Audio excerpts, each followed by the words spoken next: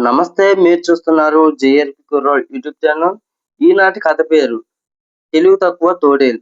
అనగనగా ఒక ఊరు. ఆ ఊరిలో కాపు అనే ఒక రైతు ఉండేవాడు. ఆ రైతు ఒకరోజు తెల్లవారుజామున లేచి సంకట మూట భుజాన వేసుకొని పొలానికి వెళ్లి పనిచేస్తూ ఉండేవాడు.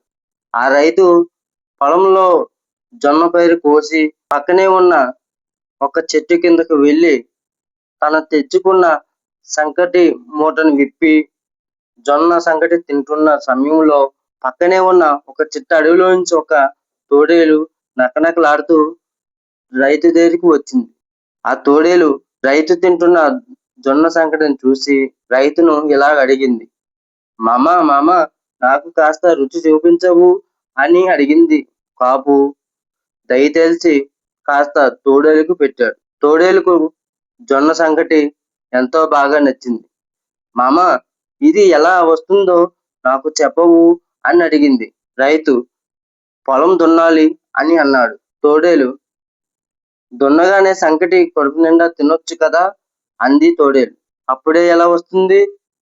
జొన్న పైరు పెట్టాలి, ఎదగనివ్వాలి అని అన్నాడు రైతు. ఎదగంగానే సంకటి వస్తుంది కదూ అని అడిగింది తోడేలు. అంత తొందరపడితే ఎలా? మొత్తం చెప్పని. ఎదిగి కంకి వేసిన తర్వాత మీతోటి పెద్ద మనుషులని మీ పరిహారాన్ని కొంచెం దూరంగా ఉండేలా చూడాలి. ఆ సంగతి నాకు చెప్పాలా? ఈగను కూడా ఆ ఛాయల కన్నా రానివ్వను. అప్పుడు నాకు సంకటి తిన్నంత దొరుకుతుంది కదూ అని అడిగింది తోడేలు. అప్పుడేనా, విను. జొన్న కంకి బాగా పండినంత వరకు నూర్చి ఆ గింజలు తొక్కి వండాలి. అప్పుడు కాని సంకటి రాదు అన్నాడు కాపు. అబ్బో, ఇదంతా చేయాలంటే నా తలపానం తొక్కొస్తుంది. ఇదంతా కాదు, నా ఆకలి ఎలా తీరుతుంది? అంతకంటే తేలిక మార్గం ఏదైనా ఉంటే చెబుదు అని జాలిగా రైతుతో అన్నది తోడేలు. కాపు అప్పుడు దీని తిక్క ఎలాగైనా తీర్చాలనుకున్నాడు. సరే, అలాగైతే ఆ బీట్లో గుర్రము పిల్లలు ఉన్నాయి. ఆ గుర్రపు పిల్లలను తిను అని సలహా ఇచ్చాడు. తోడేలు తిన్నగా గుర్రపు పిల్లల వద్దకు వెళ్ళింది.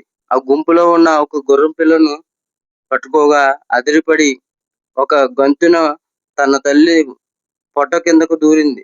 తోడేలు గుర్రం వెనక్కు వెళ్ళి పిల్లలను పట్టుకోబోయింది. పెద్ద గుర్రం ఎగిరి వెనక్కాలతో తోడేలు మూతి మీద ఒక్క తన్ను తన్నింది. ఆ తన్నుతో దిమ్మ తిరిగిపోయి తోడేలు మళ్ళీ కాపు దగ్గరకు వెళ్ళి జరిగిందంతా చెప్పింది. అంతకన్నా తేలిగ్గా తిండి దొరికిపోయే ఉపాయం చెప్పమంది. కాపు మళ్ళీ చెప్పాడు. అదిగో, ఆ దక్షిణపు బీడిలో గొర్రెల మంద మేస్తున్నది. బాగా బలంగా ఉన్న పొట్టేలును చూసి తినమంది. నీ ఆకలి తీరుతుంది అని చెప్పాడు. తోడేలు ఆ మంద దగ్గరకు వెళ్ళి బాగా కొమ్ములు మెలికలు తిరిగి ఉన్న పొట్టేలును పట్టుకొని, కాపు నిన్ను తినడానికి నాకు అనుమతి ఇచ్చాడు అంది.